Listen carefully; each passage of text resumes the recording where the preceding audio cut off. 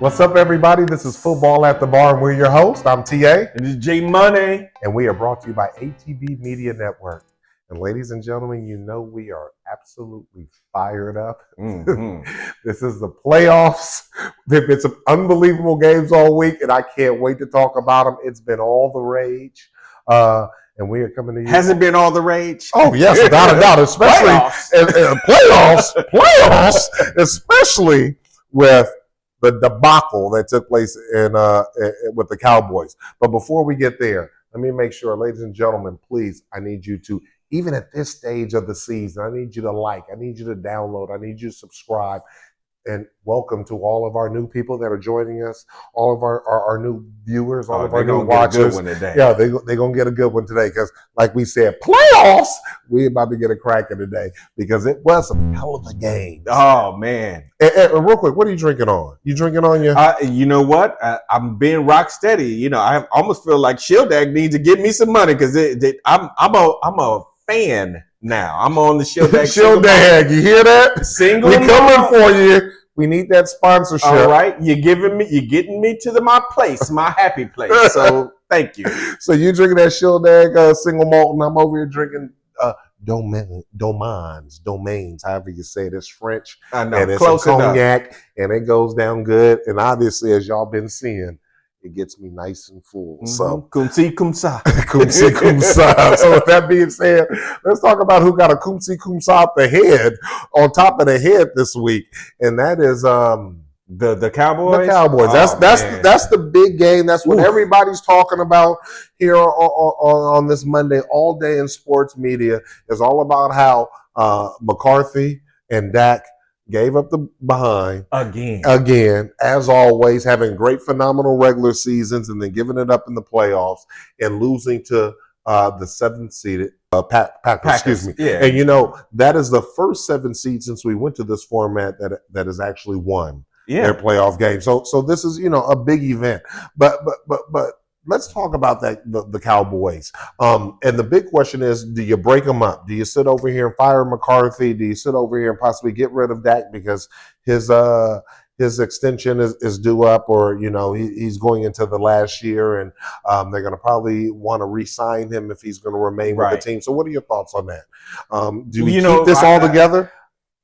As much as I root for just by our hue, right? Us being African Americans, I generally try to root for the black quarterback because, I remember the days where they didn't always say Warren Moon was good enough and so on and so forth.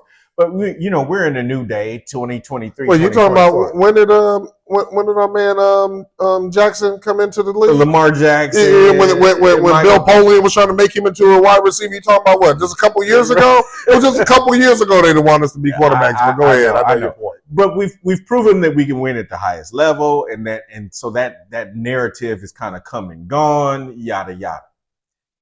However, Dak Prescott is proven that he is a choke artist in the biggest game. I mean, it can't get no more ideally set up for a person than you have a home game and you basically lost maybe 1 or 2 games the entire season in your building. No. They haven't lost in 2 years in that building. They're averaging 40 points a game this season in that building.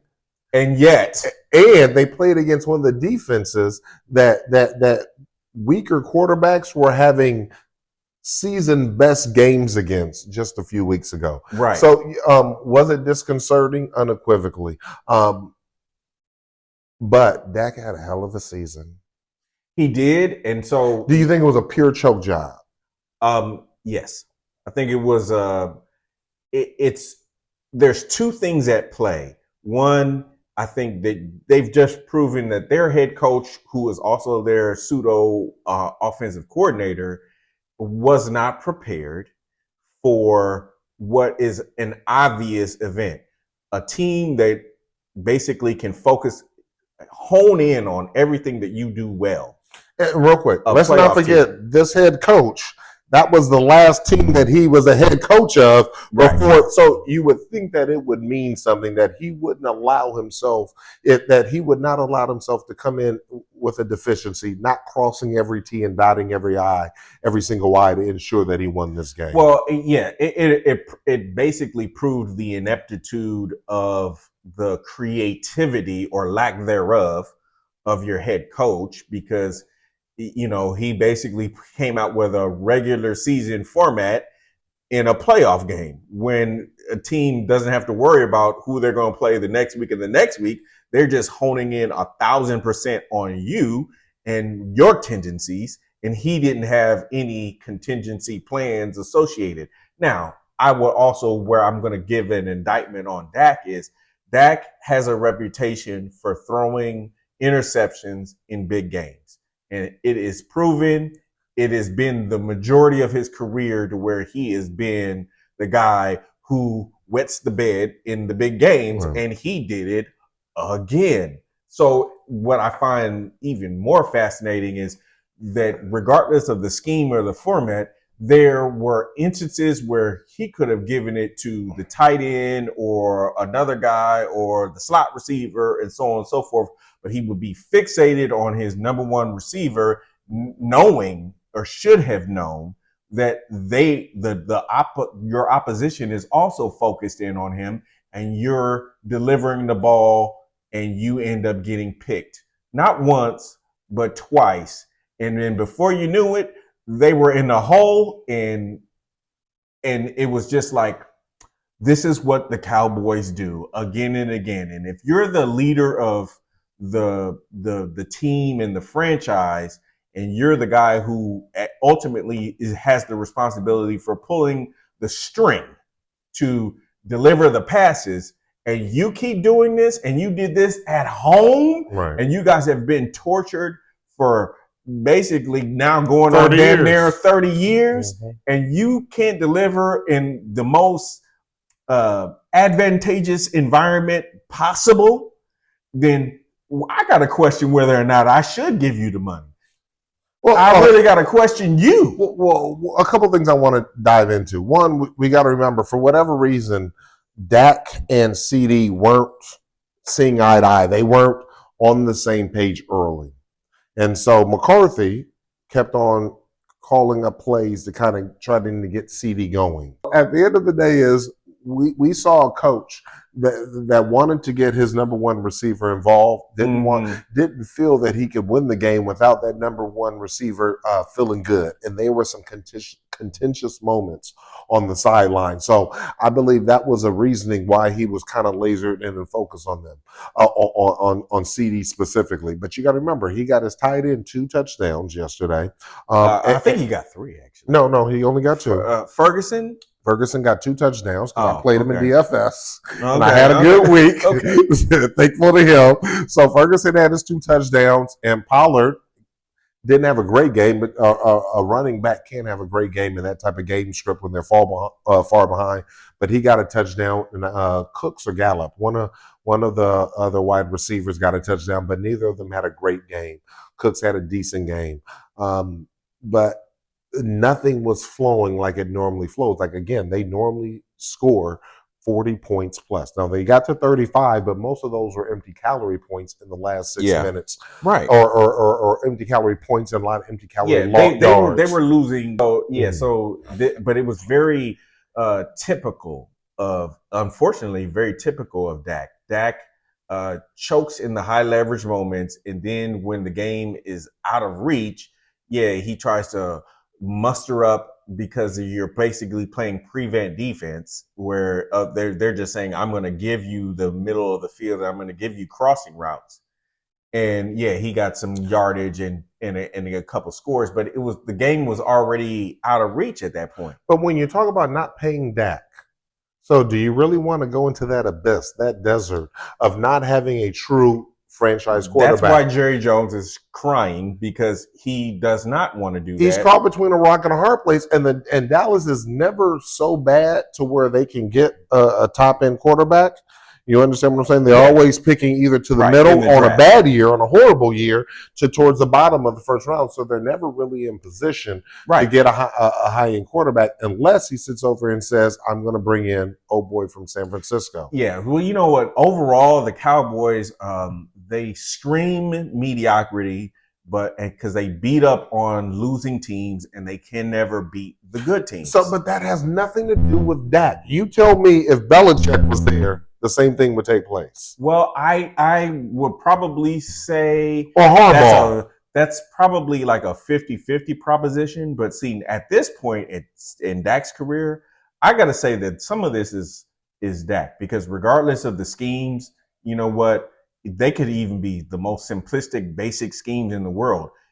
Dak finds a way to not see what is going on the field and throws interceptions. What happens is you can allow Dak to carry the team against bad teams. You have to take the ball out of his hand and not put that type of emphasis on his shoulders when you're playing good teams or in high leverage situations like a playoff game. Mm-hmm. But at the end of the day is McCarthy was a weak, mediocre, average coach with the Packers. A good regular season coach, a mediocre to bad postseason coach, and he's brought those same traits over to the Cowboys. I do believe and you got to remember the past two coaches. You have him, and then you have old boy that's on NBC right now. They were both wet paper towels. You understand? Wet paper bags. And so my point is that neither of those two coaches are going to galvanize strength, are going to sit over here and infuse the team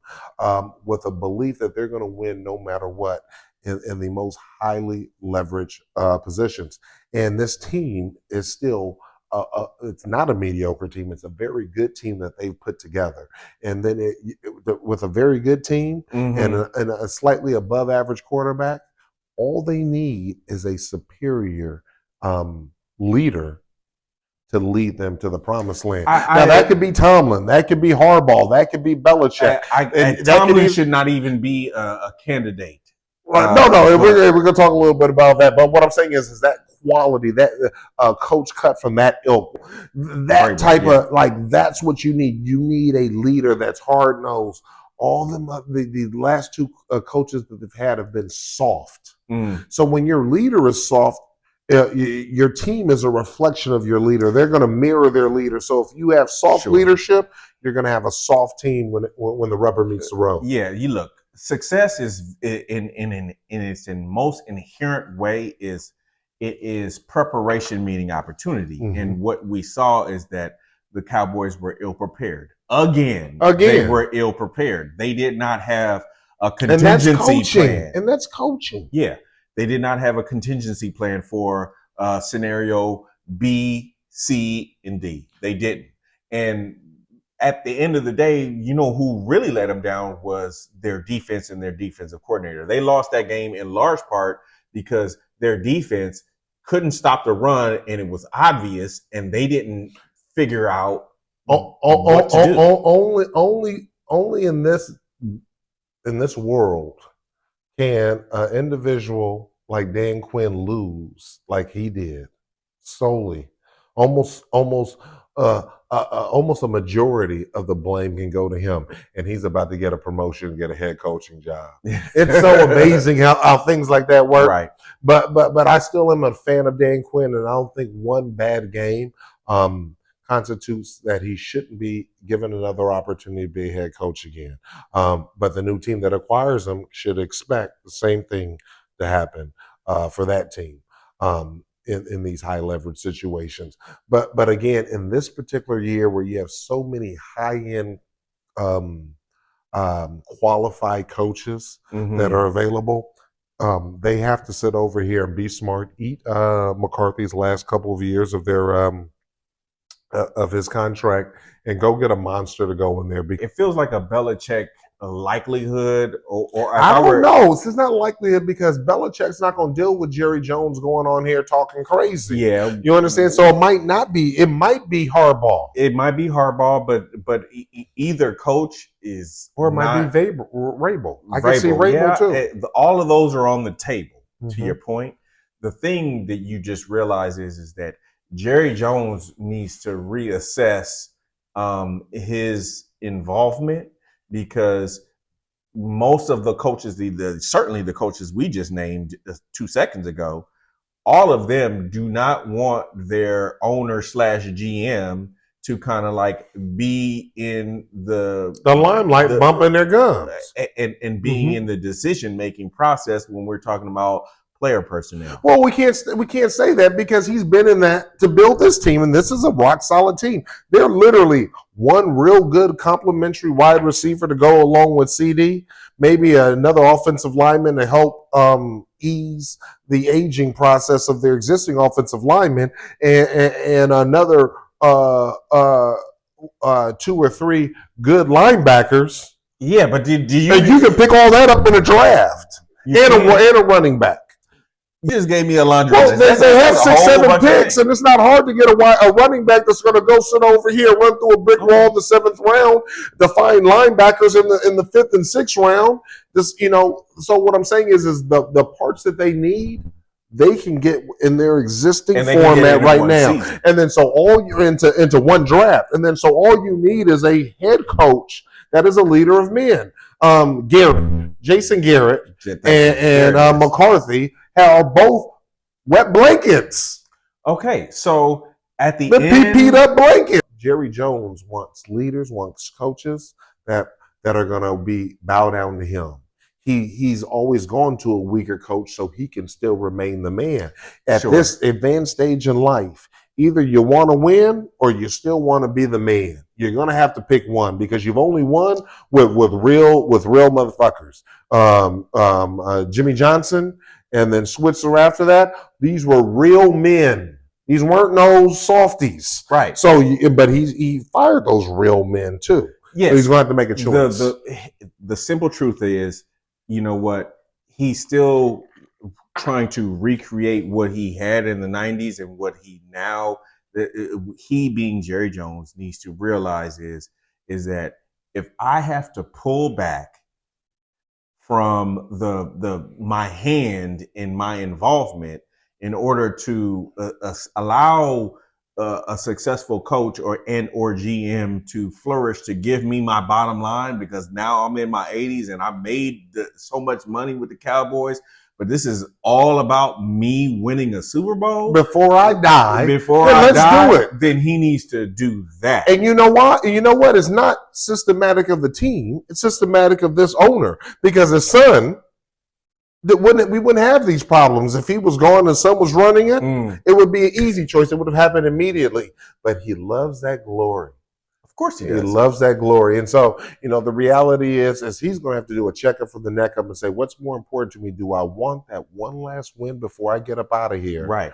Or do I want to sit over here and continue to be in front of the cameras and be a pseudo celebrity? So before we drop off of this topic, because we got to get to the Packers. We do. I want to talk about the Packers, because this topic being this game, I want to talk about the Packers, because I really do think that Love coming out party. It was. I'm here to perfect. Stay. It was a perfect game that he performed. Now, he played into, or let's say LaFleur played into the strengths of his team. He understood that, guess what?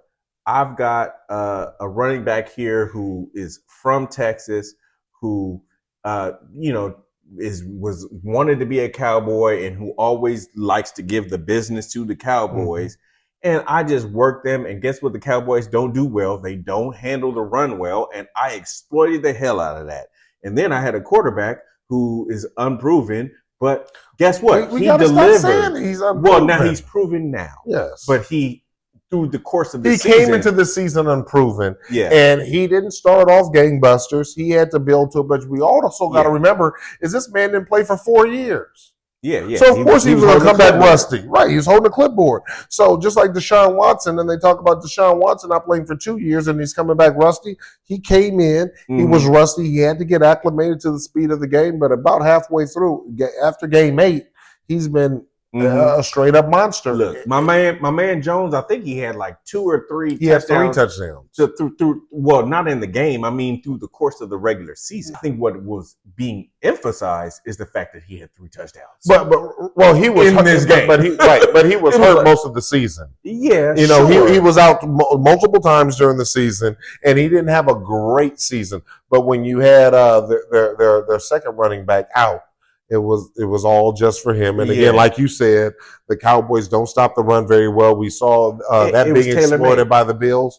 It was tailor-made, and you had a coach that was smart enough that I got a young quarterback. Let's establish the run early, which is going to open up the passing. And even though we have a quarterback that this is his very first playoff game and a tremendous amount of pressure on his shoulders, remember they signed him. They were playing with house money anyway because everybody wanted to take the Cowboys. Nobody expected the Packers to even be in the playoffs. They expected this was going to be a transitional year. Nobody really looked at Jordan Love as if he was definitely the one. They looked at it as hopefully, maybe, possibly, but not definitely he's the one, even going into this game. But when you have a perfect passer rating after this game, throwing 3 touchdowns, no interceptions, just under 300 yards in passing, along with having 3 rushing touchdowns, which shows you how, or 3 touchdowns by the running back, one of them being a passing touchdown from Jordan Love, but the 2 rushing touchdowns and scoring 45 points against one of the very best defenses in the NFL. Statistically speaking, but they exploited their weakness, and so only thing you can say is like go Packers go, because it was like it was a perfect game plan and they executed it flawlessly. But momentum's a mug. And, the Packers are going to play San Francisco next week. They are. And you know what? I don't think it's absolutely insane that the Packers might possibly mess around and win that game if they get up early. If they get up early, because Purdy, I know you love to know what I know. That Tucker gets tired. What I know is that's not a team that's built to come. No. I don't actually say it has nothing to do with Purdy. I think any quarterback that was in that system's not set up for the team to come back from behind. So I just, no matter what, I think if San Francisco falls behind, they're never great at catching back up. So just that offense isn't set up like that. They're set up to lead from ahead. So if that defense can come in and play and hold the reins for the first couple of quarters and allow Jordan Love to get acclimated into the game, work out his nervousness, because he's going to be nervous at the beginning of the second round, just like he was at the beginning of the first round, and just allow them to stay in the game and possibly take a quick lead right before half. I do believe that they can actually upset. I expect, just like I've predicted through this season, that the 49ers I still believe are going to be the representative in the Super Bowl. So I just think that with Warner on the other side and Bosa and all of them dudes, that it's styles make fights, and you guys are going to run into an actual real ready defense. And they've been preparing for you almost. They should have been preparing for both, but I would say that they're almost disappointed. If I was the 49ers, like, oh, damn, I would have loved to embarrass the Cowboys, but you are probably going to be a little bit more of a challenge for them. But when you look at the 49ers, they have, as long as they don't have injuries on offense. So you have Kittle, you still have Debo, you still got Ayuk, you have McCaffrey there. So Purdy is going to have all of his tools available to him. He's going to have his offensive line ready. That the Packers defense basically just played zone, and we're going to just hit you with our 4, and that's not going to work against them. And that's not going to work now against them. The only thing that they have that they can hope for is that they might be a little bit rusty. When a team, especially when they have that number 1 seed locked up in week 18, they don't play all of their people the whole game, and then you have your bye week, in the beginning. So they could come in a little bit rusty. So I think that's the only thing that's the Packers chance. Right, that's the puncher's chance to allow the 49ers to start off slow to keep the Packers in the game, and then, like I said, just throwing a quick late strike before the end of the half to go up, and then so they go into the second half with the Packers going up. I think that's really their only chance. But also, when you have momentum, when you have wind at your back, I think the Packers might have a little bit of that coming off of a big win like this. Yes, so I'm super excited. But let's move on to the next game, which was, for me, a great game. But similar quarterbacks in terms of the Miami Dolphins falling victim to the Chiefs. And I know you're excited in terms of, the division that your Raiders are in being represented by the Chiefs moving forward into the playoffs. I'm so sick of Patrick Mahomes, but you know what? He balled.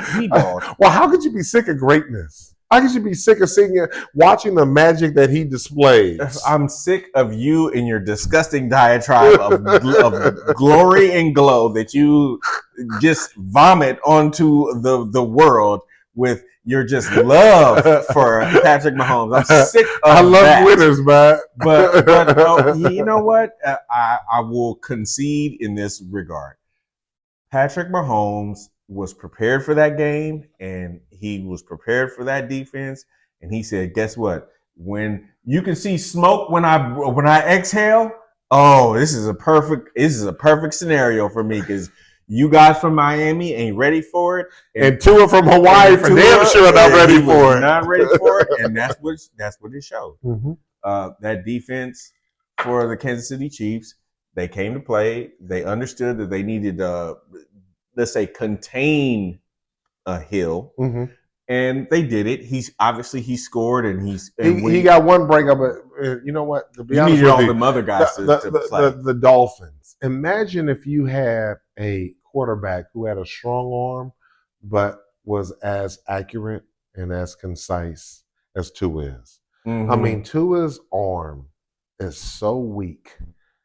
He's constantly underthrowing those long bombs that they have with Miami.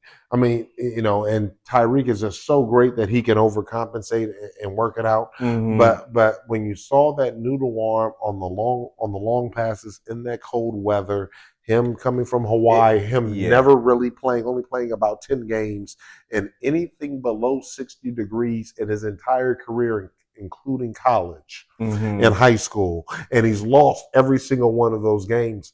The reality is I don't see, this might be a quarterback that can get you to the playoffs every year, but this is unequivocally not a quarterback that can get you through the playoffs and to the championship, because inevitably in January, you're going to have to play in a cold climate unless they're the number one team. Yeah. So the only thing, if you're going to keep Tua, you have to create a team that's so strong around him that they're playing in Miami all the way through. That's the only way you have a chance of getting to the Super Bowl. Well, you know what? I don't think that you're, let's say, way off on that. I'm not as harsh on Tua. I just think, he's an anticipatory thrower. So he throws it early in windows. And he does not have an arm that will, let's say, carry the ball through to where he's zipping it through with any kind of weather, where he's putting a either zip and touch on the ball. He's more of a guy who just in warm climates can read a defense quick and get it to guys. Now, he didn't look great. He was playing with a team that had a lot of injuries. Because Waddle was there, but he wasn't there. Waddle wasn't his normal self. Okay, but at the end of the day, the defense is what was really depleted. The offense was not at 100%, but all of the main characters were there. Chubb wasn't really there. Chubb has been out. Jalen, the other pass rusher, was out.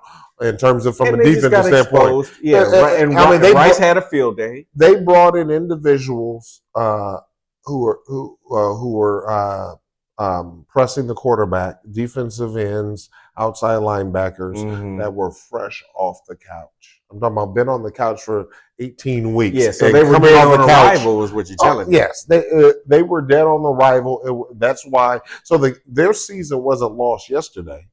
On Sunday, their season was lost when in they week lost 18 to the Bills. When they lost to the Bills, when they could have sat over and won that division and had it going through Miami in far better weather. And this is why it was a team that was depleted. So they get a pass. And I don't think we need to panic, but I do know Tua's not going to ever get them to the Super Bowl. And I'll say that definitively. And you say that stuff with such vigor. Yeah. I'll say it with my chest. Yes, with such conviction. Mm-hmm.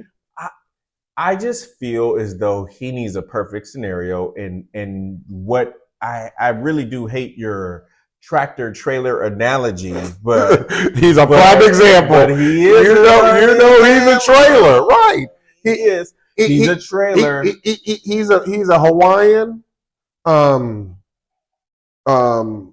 Luau Purdy. Oh man! Listen, okay, you're gonna have all of Honolulu and Maui jumping down your chest. I love Hawaii, but at the end of the day, Tua doesn't have the strength. He's a smaller stature quarterback. That's really what it is. He's smaller stature. He's smaller stature. He has a weaker arm, and so at the end of the day, players have limitations. Purdy has his limitations the same way, being smaller. You know, it is interesting about quarterbacks. He's a quarterback who is an anticipatory with dynamic skilled positions around him. He's an anticipatory thrower. But he's not a guy who's saying, oh, okay, let me buy time and then I'll zip it in 2.3 seconds. He's not fast. He's not strong. He's not big. What he is he's intelligent. Yes, he's intelligent. He can read defenses. He can throw it in windows. But sometimes you just need the physicality, especially in weather games. You need that physicality. You need a guy who can shed a block and zip it and get it there in 2.5 seconds. And he is not that kind of player. So you got to understand what you got to do to win. Yeah. And, on the flip side, you have a quarterback who's the best who ever touched the football. This whole Jesus of Nazareth thing with Patrick Mahomes. You saw it on full display. You still had pass catchers dropping the ball. Now we got the tight end. What's his name? You talking about Kelsey? Kelsey over here. A couple, but he had a good game. Couple. Well, shit. His girl was in the stands. I hope he had with the special little jacket. I hope he sat over here and had a decent game. But he's still dropping passes. You still have other players on the team dropping passes. None of them are high quality pass catchers. He's almost like Tom Brady in the year before he left to go to Tampa Bay. Yeah, but just has nothing around him, but he's still elevating them to the second round of the playoffs in dominating fashion. You know what's interesting about them is that they still have the perfect mix, even with a flawed, imperfect receiving core. They've established that they have one potentially Rice rookie, young one, one young one who's I'm about that life. I'm ready for it. And Kelsey's just getting old. It's a lot, and his body is taking a toll. And he came into this season injured. He came into this season hurt with that hyperextension. And so the reality is that they need to find somebody to replace Kelsey. They probably should have done that last year, and unfortunately they're waiting too long. But hopefully they do handle that this year. They need to go out in free agency and get a wide receiver or two. Veach is going to need to sit over here and open up them pocketbooks and get this man some weapons, or he needs to get up out of here. But you know what? Their formula for success, especially because they're still in the game, they're still in the dance, it could still lead them to a Super Bowl because but he has to beat the Bills. Well, the thing is, they have a good defense. They have a running game. It may not be, let's say, the most formidable running game, but they have a good running game. They have a good, decent offense. What's the running back's name again? Pacheco just running angry. I get fired up. It's like I expect him to throw up a gang sign every time he finishes when he gets a first down. It's like he needs to throw up a gang sign. He runs so angry. Oh my God. He looked like your boy from the Raiders last year. You look like my man. Are my eyes crying tears of blood right now? Because I'm so sick of hearing about this. But yes, I understand. I understand. They won the game. They played well. Rice played well. Congratulations. Hey, but I sense a little hating up in there because we have to talk about your Raiders every single week. Thankfully, they're not in the playoffs, so we don't have to talk about them this week. But there's so much passion and vigor for them. But when you have an opportunity to cheer and in the postseason for one of the greatest who ever touched the ball, I would encourage you to be on the bandwagon for these next couple of games because you're still going to have to run into the Ravens. However, they do have a puncher's chance. No. We can't look about the Ravens. We have to worry about the Bills because that game is going to be at the Bills. And Josh Allen is sitting over here. Some kind of way he went from not making, he wasn't even in the playoff picture. He wasn't even in the playoff standings on going into week 18, and all of a sudden popped up to the second seed. So some type of magical concoction took place, in that mix. And he's in the second seed. But Patrick Mahomes' best friend. But look, all I can say is that you're right. Okay, let me not jump the shark. The bottom line is the Ravens still have to win their game because they may not be there. But the Ravens will be there. As it pertains to the Bills Kansas City matchup, if I am a betting man, I'm probably going to bet on Mahomes over Allen, even though you have to because Allen ain't never won nothing. Well, Allen has a tendency to want to throw picks because he gets really excited. So what did you say about Dak? Dak has a tendency to throw picks. He's just nothing but a pale-skinned Dak. Uh-oh. Controversy. I mean, at the end of the day, we've seen him do some absolutely egregious and outrageous stuff in the playoffs. But we've also seen him play well in the playoffs and still take an L because he played against the greatest player to ever touch a football. So the reality is that it's just going to be a dynamic game. I won't be mad.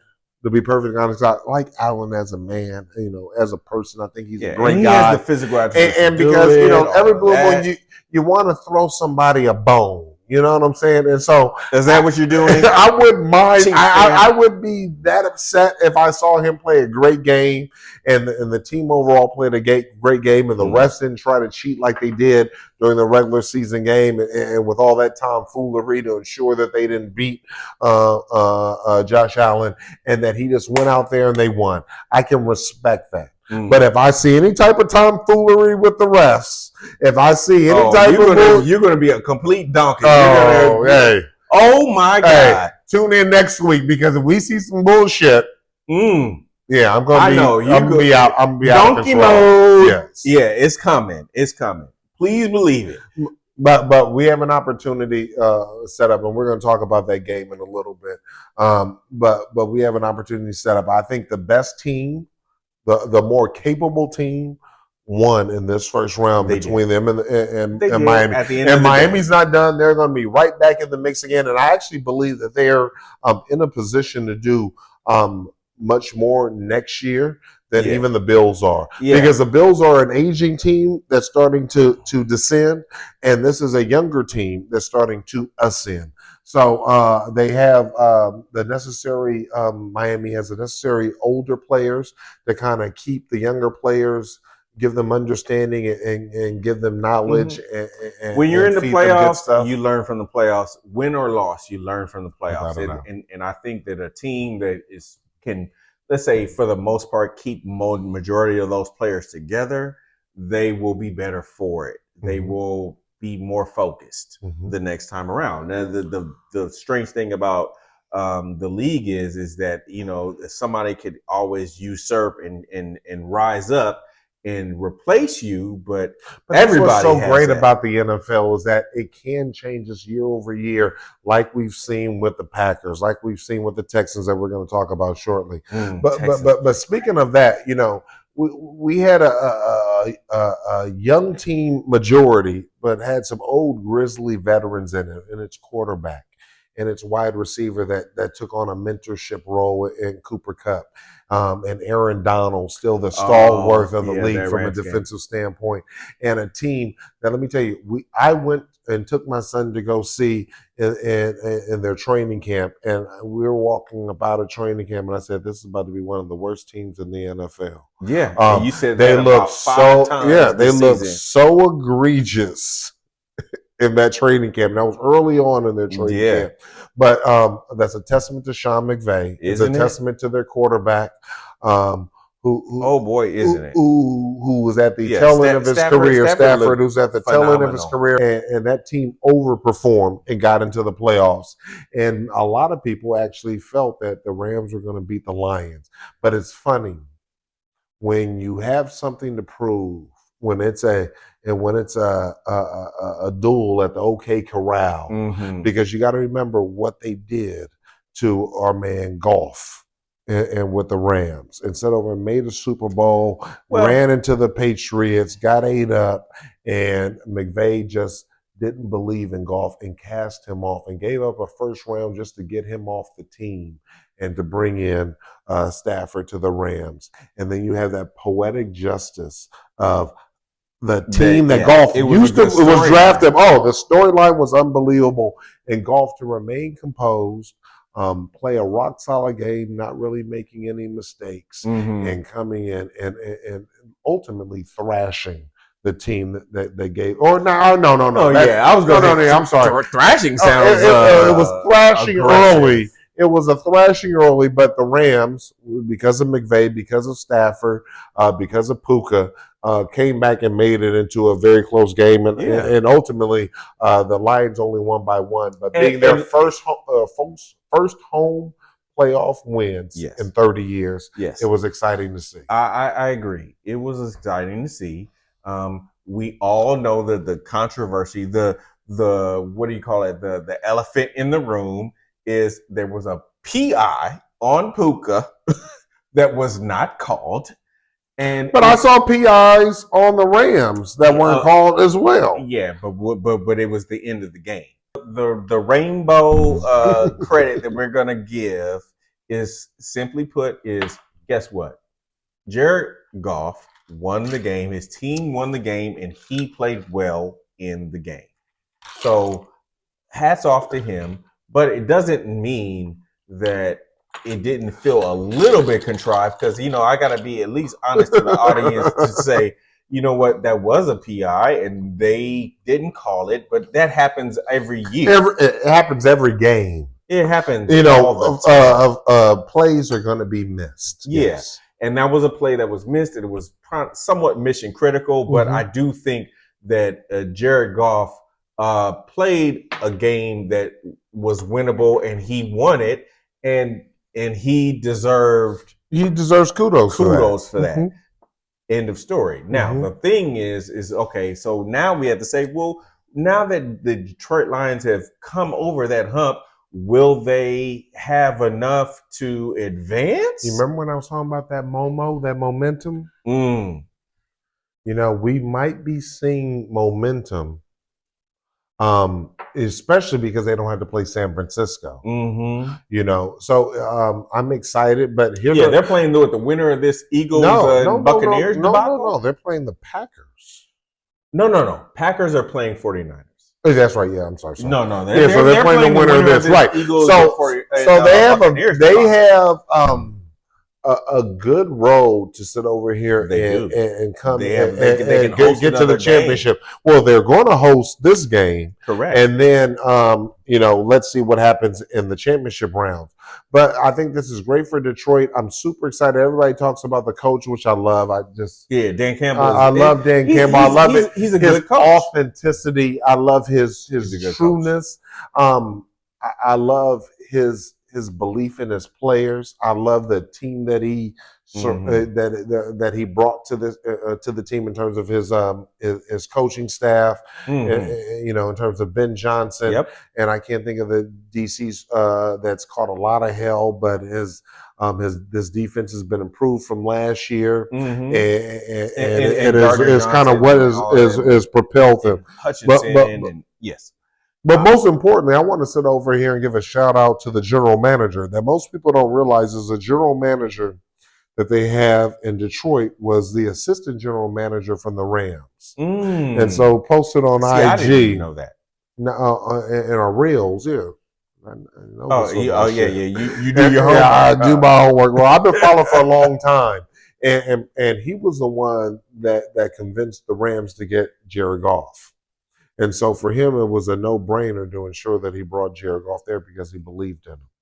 And Jared Goff, at the end of the day, not just Jared Goff, all of us, all we need is that somebody believe in us. And so the GM believed in Jared Goff, brought him to Detroit. He had a rough first season, said, hey, these are just growing pains. It even in that season. He corrected in that season. He had a decent, right. He had a great end of that season. End of the year, yeah. 3 years ago. Last year had a solid, and then took it up to the next level. And so to see the reciprocity, to see the get fruits back of their labor, unequivocally, to get to this point, and then the castaway quarterback, the GM that was the assistant GM to beat his old boss Les Snead, which I'm sure he loves and appreciates. Yeah, and there's a great video after the game of him just screaming like a player, like, let's motherfucking go. Yeah. I absolutely love unbridled, because you put so much into this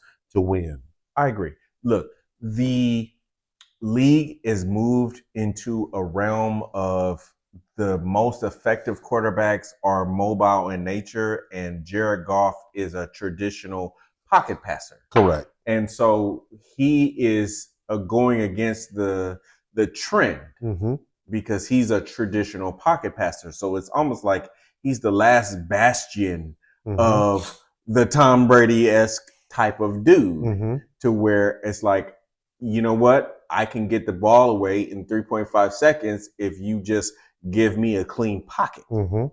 And you know what? They are proving that works, and with a solid running game. And they have two formidable running backs, and they're working it. And he has the chance to say that formula can still work. And so for the sake of Goff, I'm happy for him, and I think that they have a real chance they will have a victory if they can get to the conference finals. If they can get to the NFC championship game, they will have already won by what most people's standards are for their season. If they get to the Super Bowl, I think that's when you got to get greedy, because you got to assume that if they get to the conference finals, they're going to be playing San Francisco, and then you got nothing to lose. And they have a team that's comparable. Not as strong defensively in terms of the components that are there. Yeah, they're okay defensively. Right, but offensively, obviously not quite as dynamic. You got St. Brown is a monster. St. Brown's a monster, but you got Laporta, who's somewhat injured, but surprisingly came back. That almost killed me. I didn't think Laporta was going to play, and that almost killed me in terms of my DFS. They got Montgomery, and they got Gibbs. They got the Gibbs. They got a great two-headed monster. Yeah. They got Williamson from Alabama. That's a speedster. They got Reynolds, which is the old veteran, but what's unique and special, I forgot he played for the Rams too. And so that was a revenge game for him. It was almost like they were out to prove something, both them too. And I should have played Reynolds instead of playing Reed for the Packers. That hurt me, just pissed me off. But so if I would have actually won thousands of dollars if I would have played him instead of Reed. We can't cover spilled milk. Right. But what I'm saying is that they have a team that isn't quite as dynamic as San Francisco, but can definitely play on the same field with them. And when you get to the championship, it's only a one-game tourney. Correct. It's one game. It's kind of like the in-season tournament in the NBA. You got one game to sit over here, ball or fall, and anything can happen in those one-game type of situations. And look, let's just be real. There's a couple injuries that have occurred in the 49ers secondary, and you have dynamic skill position players. So they can be had, provided that you can handle the pass rush. And they have a offensive line that can almost be lockstep, if not be a little bit better. Actually, probably a little bit better than San Francisco, because you have Trent Williams in San Francisco offensive line, but that's about it. Where the offensive line for the Lions is across the board. So you understand. So when you talk about those trenches, them having the plus, they could be a team that can mess around, fuck around, and get into the Super Bowl. And how exciting would that be from an NFL perspective? A team, and again, we would have to sit over here and give the kudos to the general manager. I know you got the coach that everybody loves and all that, but the general manager put this team together. When he was hired, he said this is what he was going to do. This is what I love. Always saying what I'm going to do, and then going out there and doing it. Because then you have to do it, or egg is going to be on your face. Yeah, it was a perfect storm. Look, Detroit is solid. They advanced. They did what they needed to do. I do think that they got a little bit of help, but the truth of the matter is they scored enough points off the one Puka hole. But for the sake of our Rams fans, just so they can take this into the summer, that they can at least hold their hat on, saying, you know what, maybe we would have got that first down if we didn't do that. Let me tell you what our Rams fans have to take into account. Number one is you have a revigorated McVay. He said this after the game, that this group of players revigorated him because he was almost burnt out, ready to walk away from the game. And then he remembered why he coached in the first place. It's about developing the players, And he did that. when they don't have a name. It's one thing when they have a name, it's cool and sexy. It's another thing when you don't, and you just found grinders that want to do it, that want to sit over and run through a brick wall for you. So McVay reinvigorated. Cooper Kupp is a stone cold mystery. He's done. His body has let him go. No. He's done. No. Puka is the new man. Cooper Kupp is out of here. No. For those of you who play fantasy, go and pick up Puka. No, if you pick Cooper Kupp in the first round, hey, I hope I play you. Listen. What people and you need to say this to because you had Kupp. No, but you need to say this. It's a real thing. Cooper Kupp was playing with a high ankle sprain. So high ankle sprains are different than regular ankle sprains. He's been playing with a whole lot. Yeah, I understand. He's been playing with a whole lot of shit. Well, his body can't hold up to the game no more. High ankle sprains linger longer, and it helps. It limits their mobility. But the thing that are you picking up Cooper Kupp before Puka next year? I think that they're probably even. I'm asking you. You have Cooper Kupp and Puka. You're looking at me. Are you picking up Cooper Kupp in the first round? But I would not be upset about Cooper Kupp because I think on the fourth round. Okay. No. But you're asking me if I'm going to pick up one or the other. I'm picking the younger guy. Yeah, I'm picking Puka. So I don't mean to put you on Front Street like that. What I'm just saying is, my point is, but Kupp is not done. But what I'm saying is that our audience has to know is that Cooper Kupp, as we thought he was, because I played him this week, saying maybe Cooper got a little bit of the juice of the. No, he doesn't. He's been playing injured all year. We can't play him. We can't pick him. We can't play him like we used to from a year or two ago. Sure. Yeah, what you're saying is he's not going to have this Herculean, ridiculous stat line. He's like Hopkins. He's in the same bucket as Hopkins. But he has a quarterback who he has a good relationship with, and so when he's healthy, he's going to be formidable. Getting old and got beat up in this game. Everybody gets beat up in the league, so it's just about will he beat up next year? He hit his finger, cut his finger up, and they had it patched up. I was like, oh man, they patched it up real quick. That was a whole nother wound.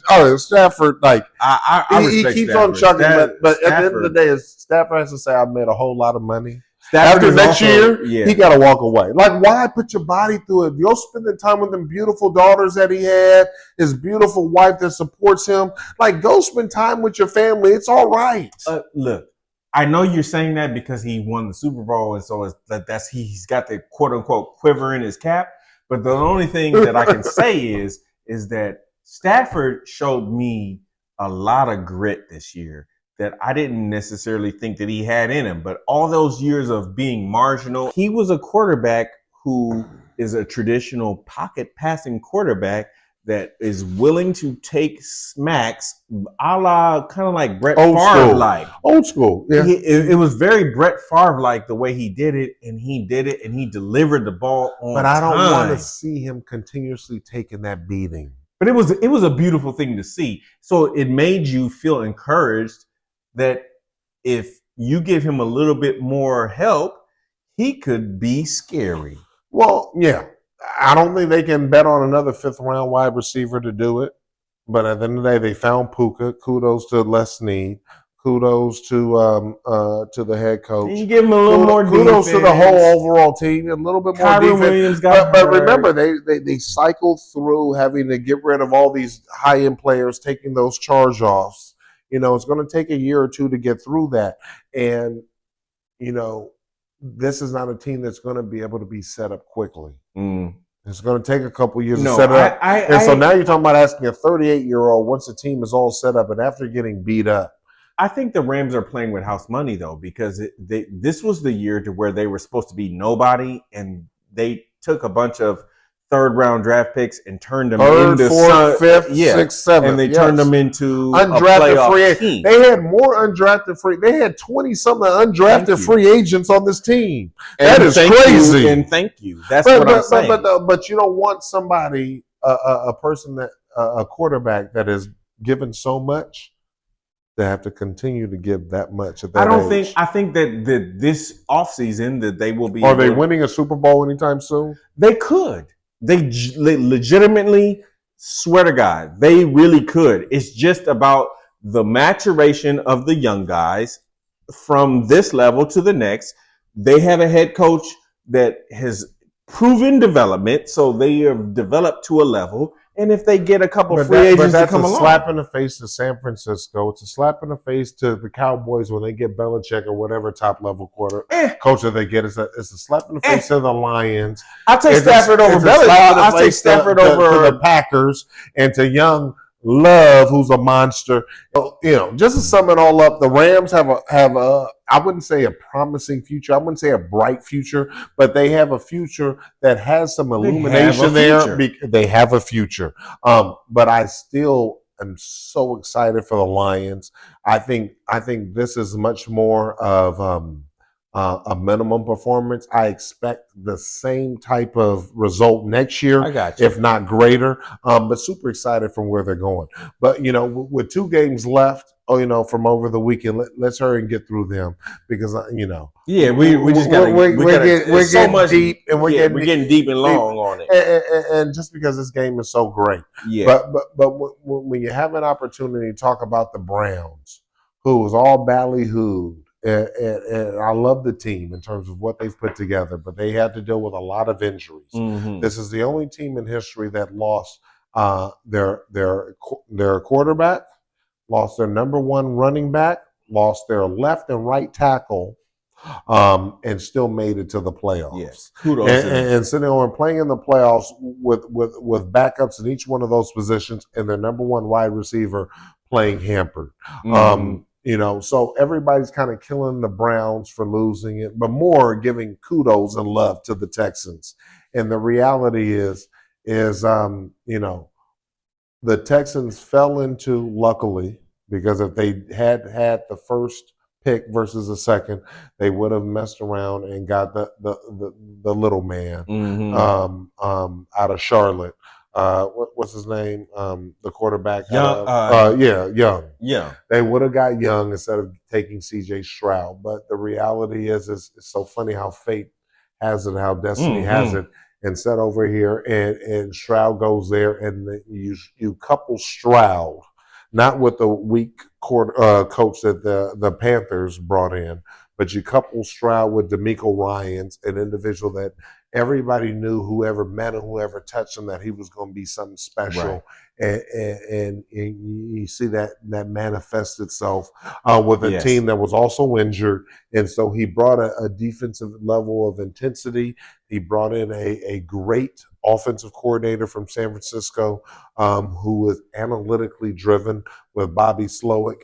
and you put all that together, and you have a team that was that was the 4th seed yeah. that came out here and beat what people perceived as a more dominant 5th seed. Yes, and sit over and got them up out of here. I would say the people who put Vegas tickets on the Houston Texans are probably really excited right now because CJ Stroud just looks like the real deal.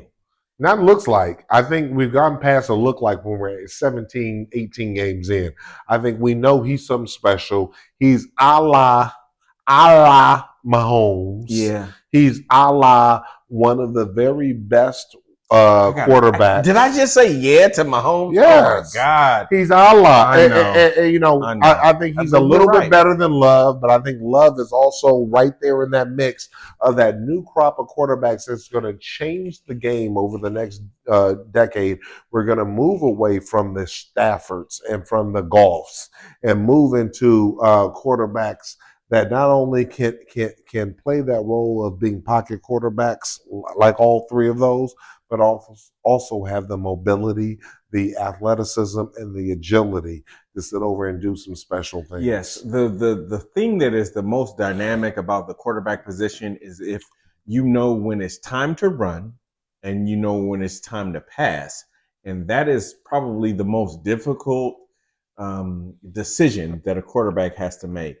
And CJ Stroud seems to ace that test every single solitary time. And so, your whole tractor trailer analogy, he is a tractor. He is a tractor. Yes.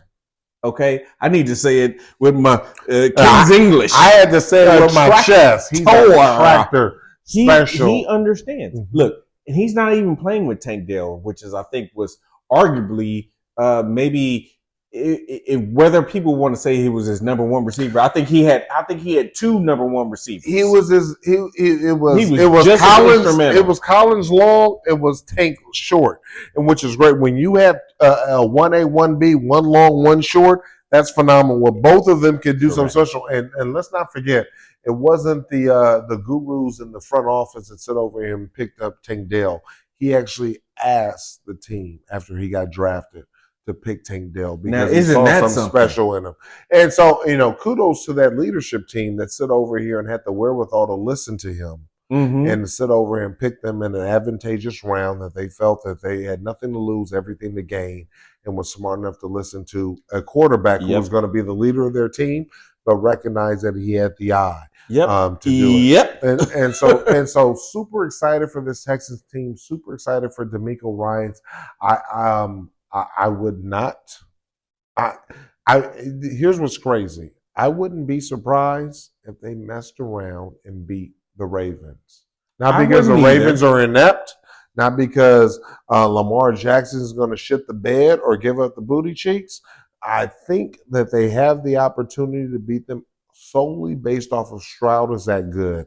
And I'm telling you, it's Mahomes, Stroud, and eventually, I think by the end of next year, we're going to be talking about Love up there playing with him. But I think it's Mahomes, Stroud as this next crop that's going to just absolutely do something special. And we all know that because as great as Puka was, and as everybody wants Puka to win Offensive Player of the Year, he's not going to rookie of the year. The reality is his quarterback is king, and that this quarterback is one of the most special quarterbacks in terms of statistically speaking, in terms of what he's accomplished that we've ever seen in our lifetime or in the history of the NFL. I don't like to assign lifetime to it because we have seen so many great quarterbacks. But the statistics sit over here and predicate that. Yeah, but the statistics are also skewed because you know what? They changed the rules. So the rules are in favor of quarterbacks right now. So quarterbacks are blossoming because they've changed the rules. But I remember at a time where you used to be able to knock a quarterback's entire head off. I saw Theismann's bone come out of his skin. Right. So yeah. I remember seeing Joe Montana get it depleted. more Joe than a couple Montana retired after 9 years because he couldn't take the beating anymore. So, correct. Yeah. So, and they don't get that anymore. I agree. They don't. So the rules have allowed have made it more advantageous for great quarterbacks to be even greater. And because again, we're in the fantasy football gambling world, and that's what it is, and we all know it, so that's fine. But even within that, you still have to be a guy who knows how to deliver a ball and knows how to deliver a ball under pressure and do it consistently. And Stroud is that guy. He understands it. You could see he has a perfect pocket presence. I don't think maybe the last time that I've seen a guy that really understands that perfect cadence is like Steve Young. So Steve Young with the he was a quarterback who knew, okay, this is my time to run and roll out of the pocket. This is my time to be the pocket passer.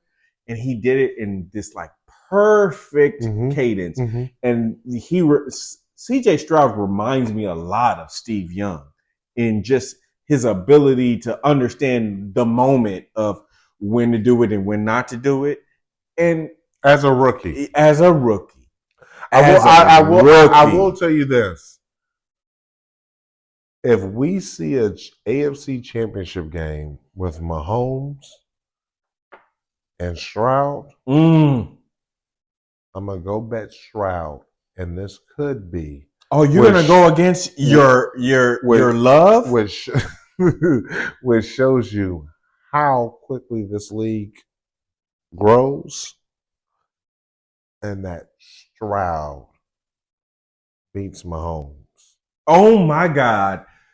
Now, can you say that again, just so the audience knows? And you saw I did it quietly. I didn't do it boisterously. I don't perceive, because I'm a huge fan of Lamar. Okay. I think Lamar is great, but what I'm saying is Stroud is something we have never seen before. And whenever you have an opportunity to witness something you've never seen before, it's something's afoot. The game is changing. The game is evolving on a level that we didn't even realize it was going to evolve to. And so what I'm saying is I'm being a future prognosticator. Negronomus, that if he beats Lamar, we might be looking at the coronation, and Mahomes has been passed by just like that. And that's scary. And the fact that you, because I only keep it 100. That's what you tell yourself. I understand. But the fact that you would go against your Mahomeboy love is really admirable and astounding, quite frankly. And we might not be able to see it this year because, like we said, he's a little bit depleted offensively. That defense is not as quite robust as it needs to be to get to that level. DeMeco Ryans has the potential to have he has the leadership ability. He has their defense coordinator, the resume. He has the credentials to get them there. Agreed. They need the players, and we forget what this team was doing the previous 2 years, where this team was sitting over here just taking undrafted free agents or taking free agents off the street. The Texans have come a long way. So my point is that this team isn't based off of talent. It's based off of inspired individuals. And so what we need to sit over and focus on is what will this team be as it continues to add real talent to the team. You know, the interesting thing is that all players make their name in the playoffs. The thing that separates good players, Pro Bowl players from Hall of Famers is the playoffs. Can you do it in the most high leverage moment possible? And guess what? All of these guys have a potential to do that, and so that's what makes it exciting. But even the guy who's like the third string practice squad can make a whole career if he does it in the playoffs. So it's all about and we've how seen people that were starters that booty cheeked in the playoffs. Yeah, of course, like that. You remember the Packers and the dude that didn't catch the ball on the onside? How about Dak Prescott? We just saw Dak Prescott, choke the how the saying goes, pressure bust pipes. And Stroud just seems completely oblivious. That's what one of his superpowers is. He's oblivious to pressure. To the pressure. So, we can't count him out. I'm super excited. I can't wait to see a healthy Deshaun next year with the Browns. Me too. I think with all the people that are injured. What's the running back's name? I had him on my fantasy team. I can't remember that either because we're about 5 drinks in, but we already know. Yeah, but he should be back. I just can't wait, and they need to do a little bit more on that team in terms of getting some more offensive firepower for Deshaun. But I look forward to seeing this team back in the playoffs in terms of the Browns next year. The Browns will be formidable. And Deshaun is, they caught a couple pictures of Deshaun looking at C.J. Stroud. Have you seen those also? Oh, just salty, like upset, man, like, and at the end of the day and good. Put that fire into your booty. Understand this young bucks and what is required out here for you, and let's get it cracking. But I will tell you this is that the NFL is not in any time in our lifetime going to be depleted of talent. No. As ruthless as this game is, they're robust with all of the offensive skill positions and defense. As harsh as this game is on people's bodies and people, the California starters are going to sit over and set up to where kids under 12 can't play tackle football. Hey, let me tell you something. Kansas is getting paid $100 million. No. It's going to be people that want this and want it bad and are going to continue to do it, and they're going to continue to see talent for as long as you and I walk this earth. So that's what I am excited about. I got 30 plus more years. So what game are we missing? Because I think that we have gone through most of the games, but I think what are we missing? Are we missing Pittsburgh Buccaneers? We got the Pittsburgh. So. No, I'm sorry, Pittsburgh Bills. The Pittsburgh Bills, and then Buccaneers Eagles. Those are the two that we are missing, right? Right. So Buccaneers Eagles are playing now, and we're gonna just quickly touch on that at the end. But at the end of the day, we had the opportunity to watch today Pittsburgh, which was a team that shouldn't have even made the playoffs. You're talking about they're the third team from the very strongest division in all of football. Make the playoffs in the 7th seed that played the Bills. Tomlin did a phenomenal job to even get them there. It's so funny. Tomlin's done a phenomenal job, but you still have haters that are still questioning his ability to maintain in that role, which absolutely disgusts me. You have a coach that's gone 17 years, that's never missed, that's never had a losing season, that's been to the Super Bowl twice, won a Super Bowl. He goes into this game with his third-string quarterback as a starting quarterback. It's so funny when the Browns sit over here and shuffle through quarterbacks because their first-string quarterback gets hurt. That coach is sitting over here held as should be a Coach of the Year candidate. But Tomlinson, being on his third-string quarterback going into the playoffs, his job should be in jeopardy. Well, and losing his very best player in terms of J.J. Watts not being available for the playoffs. T.J. Watts not being available for the playoffs. But you want to sit over and question if this man should sit over here and be the coach. The amount of disrespect that this man has to go through. He should sit over here and lead. All I would simply say is I think Tomlinson's let's say career and job security is safe with the Steelers.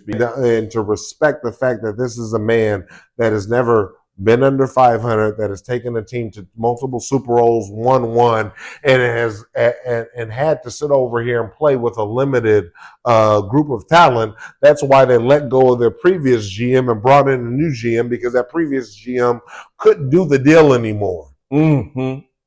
So if you give Tomlinson let's say a better than serviceable quarterback, he will thrive. And the quarterback that was drafted by the previous GM right before he left wasn't that.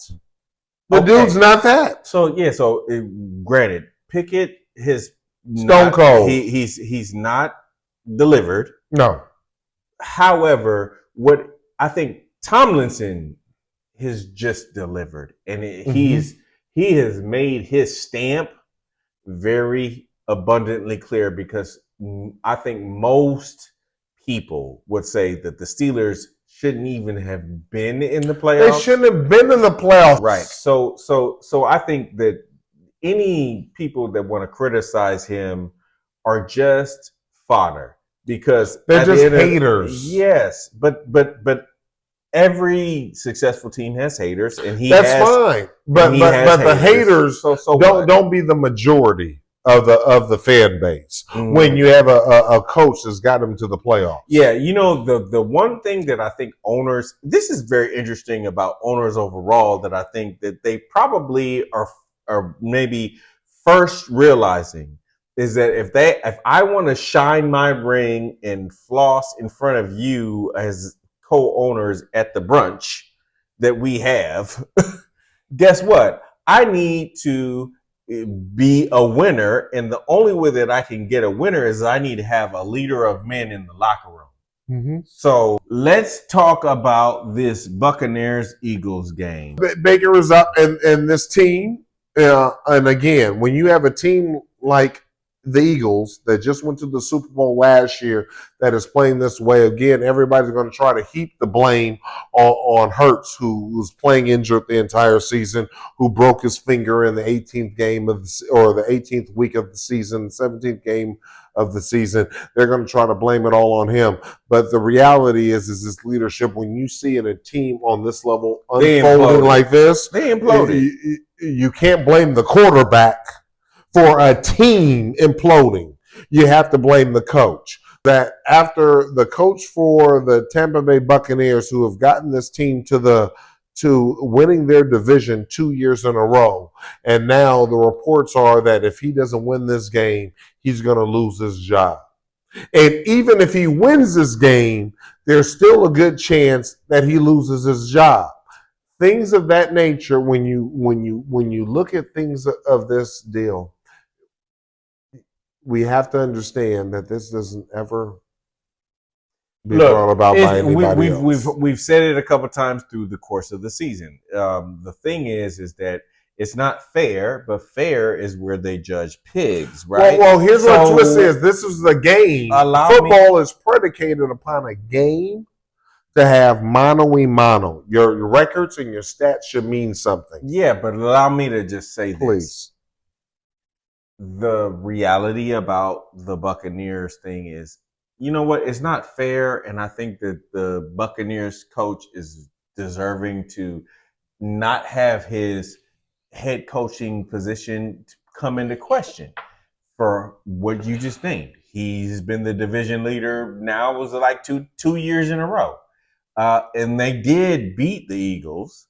But the thing is that when you throw out sexy names like Belichick and Harbaugh, and you know who was the sexy name? Those are the reasons why it happened. Here, watch this. Remember this. And this is why I understand what you're saying, but this has happened before in history. If they do fire the coach for the Buccaneers, I look forward for this team to sit over here and have another 3 to 5 years of failure. So, with that being said, that's my diatribe for that. Okay, look, and I'm coming in hot next week, so be ready. Oh my goodness, be ready. Well, look, man, we need you to go ahead and just call it a game. Then I think we didn't dealt with. We went deep, people. If you got any problems, get at me. I ain't hard to find. You can get at me on Instagram. This man was on fire. You can get at me on YouTube. You can sit over here and holler at me, and we can have a discourse. We can sit over here and have this discussion. Oh, look at you trying to use big words, discourse. We can have a discourse. We can do that. Okay. But at the end of the day, I'm all about true, real, right shit. And I'm going to call out the bullshit. And so with that being said, we got a whole lot of playoffs to come. I'm so excited. I will tell you this. I'm so excited to be where we're at now. I can remember at the beginning of the season when we launched this podcast of what this would be like now. Yeah. We're here. And having the opportunity to sit over here and go through this playoffs with you. Love it, bro. Thank you. I appreciate you. Love it, bro. You've been absolutely phenomenal. Shout out to our production and our director. They call it Cam-May. Cam-May is just doing a phenomenal job just making sure everything is straight. But we still got a couple more weeks to the end of the season. And just a little peek to all the audience. The XFL and USFL combined, they're now the UFL, and we will have UFL coverage. Oh, look at you with your teasers. It's a little bit of a teaser. UFL to keep this football game going because football is a phenomenal sport. We love it, and we're going to sit over and ride it all the way out. So the UFL is coming. Appreciate all of you. Church on the move. Church on the move. I'm obviously feeling good. Bang, bang. Like, download, subscribe. And we'll see you next week for week 2 of the playoffs. It's getting popping. 49ers! We're getting excited. Okay. See y'all soon. Church on the move.